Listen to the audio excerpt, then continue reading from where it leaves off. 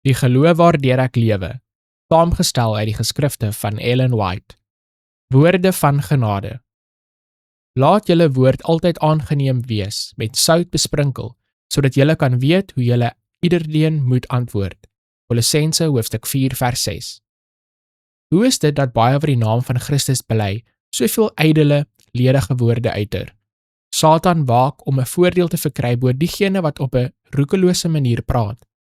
Wanneer ons betekenlose en dwaase woorde uiter, moedig ons ander aan om aan dieselfde soort gesprek deel te neem. Die enigste woorde wat uit ons lippe moet kom, moet suiwer, rein woorde wees. Niemand kan sê hoeveel sonde deur sorgelose, dwaase, onbeduidende woorde geskep word nie. Elke woord wat jy spreek, is soos 'n saad wat sal ontkiem en goeie of slegte vrugte voortbring. Wanneer ons in die geselskap is van diegene wat hulle aan dwaase praatjies oorgee, is dit ons plig om die onderwerp van die gesprek te verander indien moontlik.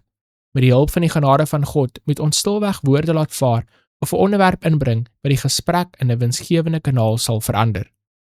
Hy, God, wil hê dat ons vrolik moet wees, maar nie onbenullig nie. Hy sê vir elkeen van ons, maar soos hy wat julle geroep het, heilig is, moet julle ook in jul hele lewenswandel heilig word.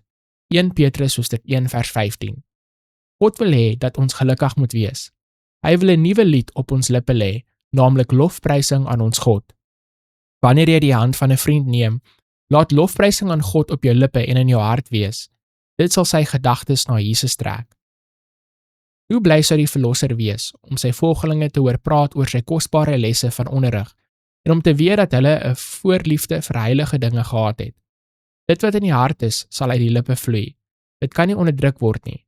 Die dinge wat God voorberei het vir diegene wat hom liefhet, sal die tema van die gesprek wees.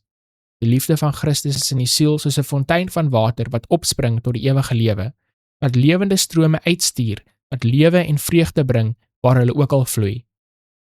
Ons verloor baie deur nie meer oor Jesus en oor die hemel, die heilige se erfenis te praat nie.